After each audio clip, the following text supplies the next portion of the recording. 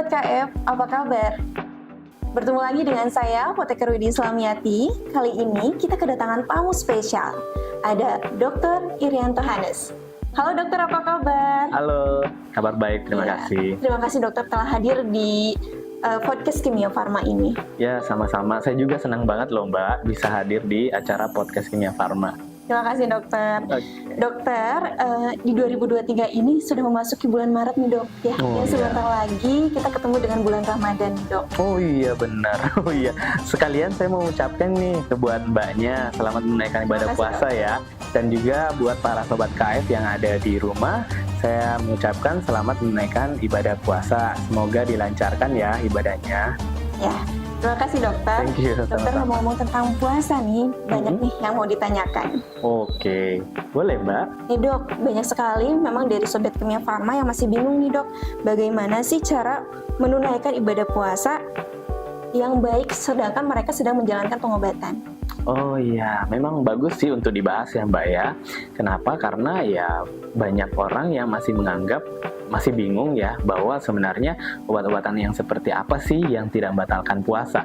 Nah, sekedar info nih Mbak, ternyata obat-obatan selain obat minum atau obat oral itu ternyata nggak membatalkan puasa. Jadi memang ada obat yang memang tidak membatalkan puasa ya dok? Betul sekali Mbak. Nah, berdasarkan informasi dari Kementerian Kesehatan, yaitu para ahli medis dan para ulama berkumpul kemudian membuat keputusan bahwa ternyata obat-obatan selain daripada obat oral, misalnya kayak obat tetes, kemudian obat topikal atau yang dioleskan di kulit, kemudian obat-obatan inhaler atau yang dihisap, kemudian obat yang ditaruh di bawah lidah atau obat kumur sejauh nggak ditelan, itu ternyata aman dan nggak membatalkan puasa. Yang penting tidak tertelan ya dok. Betul sekali Mbak. Ya, berarti memang seperti pengobatan yang tadi yang inhalasi atau sublingual ya dokter yang disimpan di bawah lidah itu masih aman ya dok. Betul sekali. Ya, termasuk mungkin yang tadi dokter sampaikan adalah oksigen ya dok. Iya, oksigen pun ternyata nggak membatalkan puasa Mbak.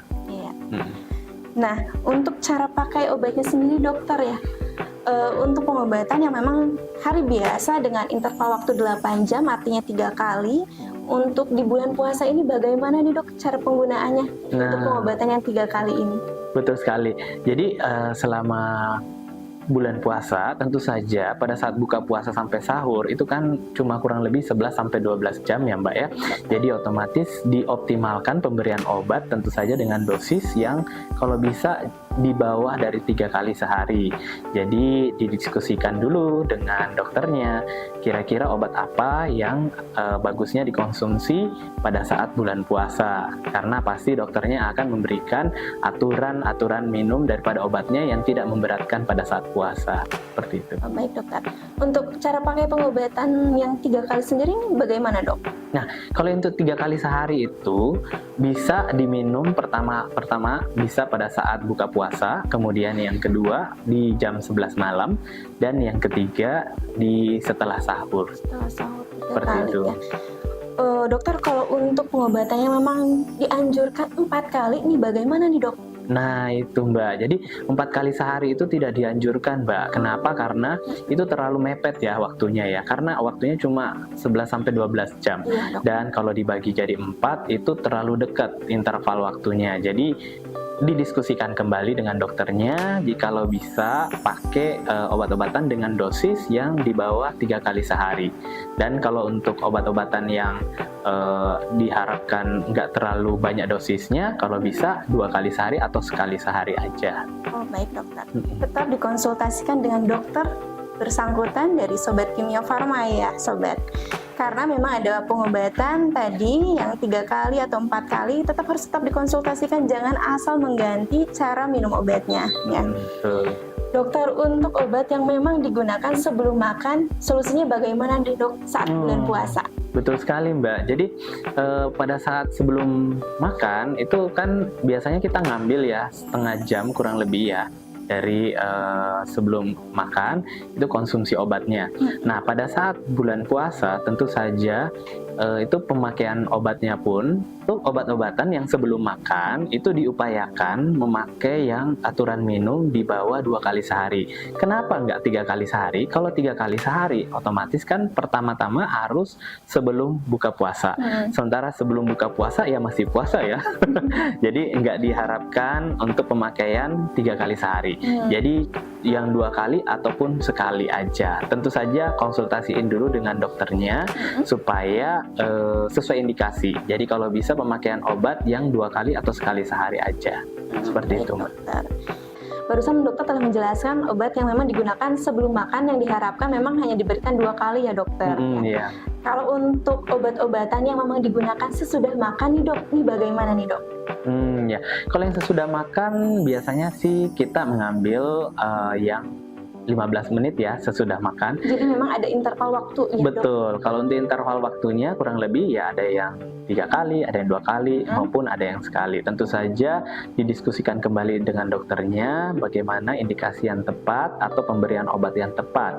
Jadi jangan sampai maunya dengan dosis yang lebih singkat, tapi ternyata nggak sesuai indikasi, jadinya nggak sesuai sasaran pengobatan ya Mbak ya.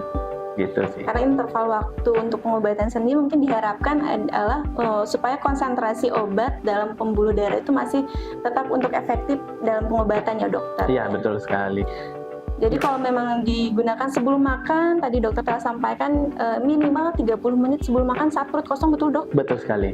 Ya, kalaupun memang sesudah makan minimal 15 menit gitu dok? Betul sekali. Jadi untuk sobat KF yang di rumah jangan mepet-mepet nih waktu sahurnya supaya tetap bisa meluangkan waktu konsumsi obat ya. Terima kasih dokter atas informasi yang sangat bermanfaat bagaimana cara menggunakan obat saat bulan puasa nih dok. Nah dok, satu lagi nih dok, ini bukan ke bertanya nih, tapi lebih ke bagaimana sih caranya dok supaya bisa menjaga pola makan saat bulan puasa agar tetap sehat dan fit?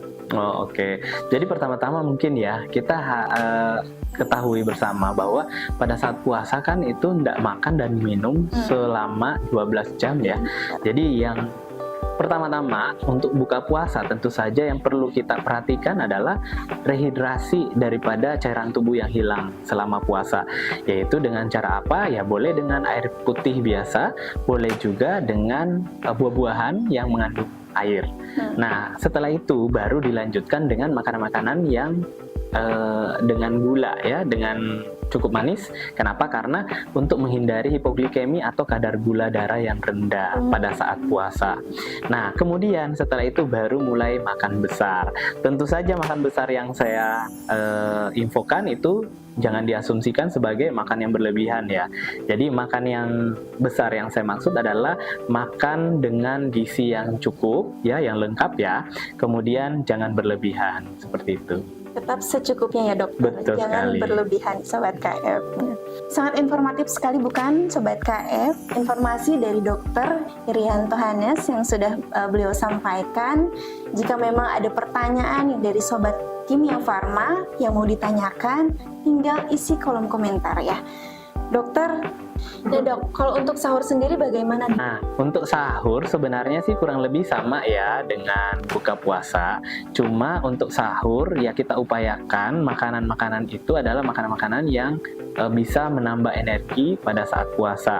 Misalnya karbohidrat yang dengan serat yang tinggi seperti ubi, singkong, terus nasi merah maupun roti gandum karena itu lambat dicerna sehingga bisa tahan lapar lebih lama. Seperti itu Mbak. Informasi baru untuk saya dokter. Betul sekali.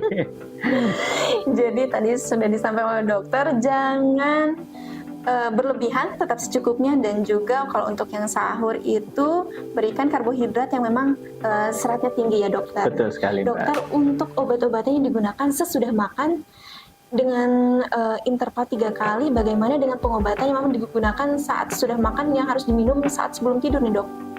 Apakah memang perlu makan dulu dok? Oh oke. Jadi untuk yang dengan dosis obat 3 kali sehari, otomatis kan selain buka puasa dan sahur ada 1 kali lagi ya. Nah itu sebenarnya boleh makan seperti biasa, tapi jangan berlebihan tentu saja. Jadi kandungan-kandungan makanannya pun jangan yang terlalu manis atau yang dengan kalori terlalu tinggi.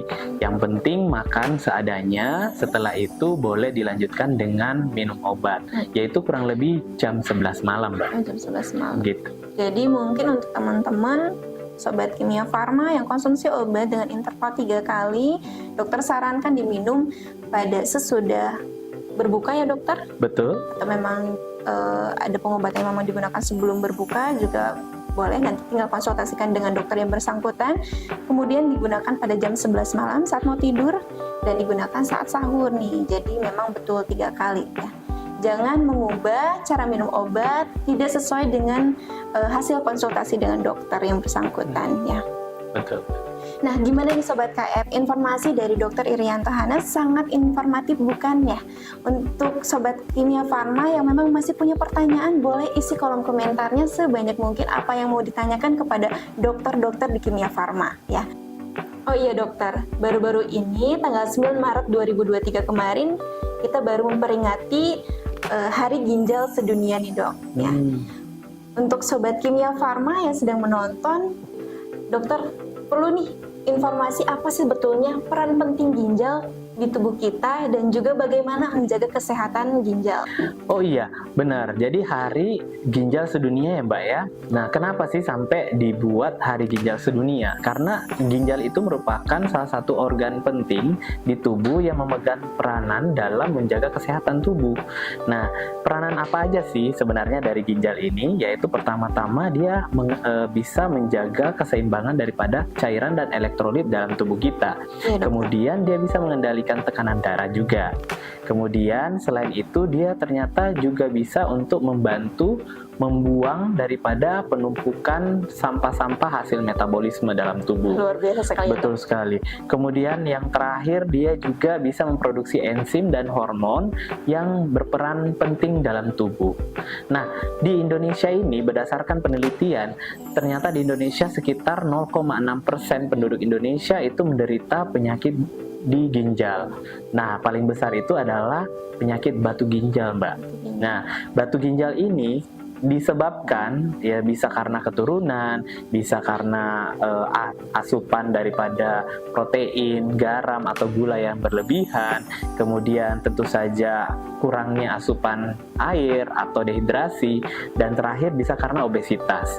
Makanya untuk menjaga daripada kesehatan ginjal itu diupayakan adalah konsumsi air yang cukup dalam setiap harinya. Nah, hubungannya dengan nanti pada saat puasa, karena puasanya itu sampai 12 jam sehari, jadi otomatis kita perlu untuk mengembalikan cairan tubuh kita yang hilang selama 12 jam itu. Dengan cara apa? Merehidrasi. Kurang lebih 2 liter Mbak dalam sehari ya. Nah, 2 liter itu setara dengan 8 gelas air minum. Jadi nanti bisa dibagi pada saat buka dan pada saat sahur. Diupayakan air yang dikonsumsi sebanyak 8 gelas ya. Kemudian apalagi ya, apa yang perlu dijaga supaya ginjal ini tetap sehat? Tentu saja hindari makanan-makanan yang terlalu tinggi kadar proteinnya, dan juga jangan juga berlebihan konsumsi makanan yang garam atau mengandung garam dan gula.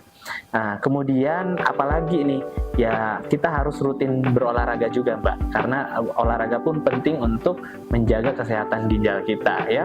Nah, olahraganya itu kurang lebih dianjurkan adalah 30 menit dalam sehari. Nah, yang terakhir yang harus dihindarin adalah merokok dan minum minuman keras, karena ini tentu saja akan merusak ginjal kalau dilakukan terus-menerus. Seperti itu sih. Baik dokter, terima kasih atas informasi yang sudah disampaikan, sangat bermanfaat bagi saya dan juga Sobat Kimia Farma yang sedang menonton di rumah. Membahas tentang batu ginjal yang telah dokter sampaikan tadi, ya bagi Sobat Kimia Farma yang sedang menderita batu ginjal, tidak perlu khawatir karena selain menggunakan obat-obatan dari dokter, Sobat Kimia Farma juga bisa melakukan tips yang sudah disampaikan oleh dokter.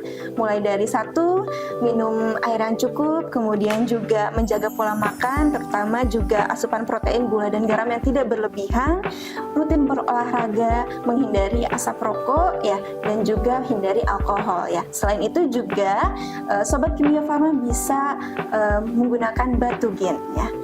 Batugin sendiri merupakan jamu dengan kandungan ekstrak daun tempuyung dan daun keji beling yang bisa berkhasiat untuk meluruhkan batu urin di ginjal dan saluran kemih.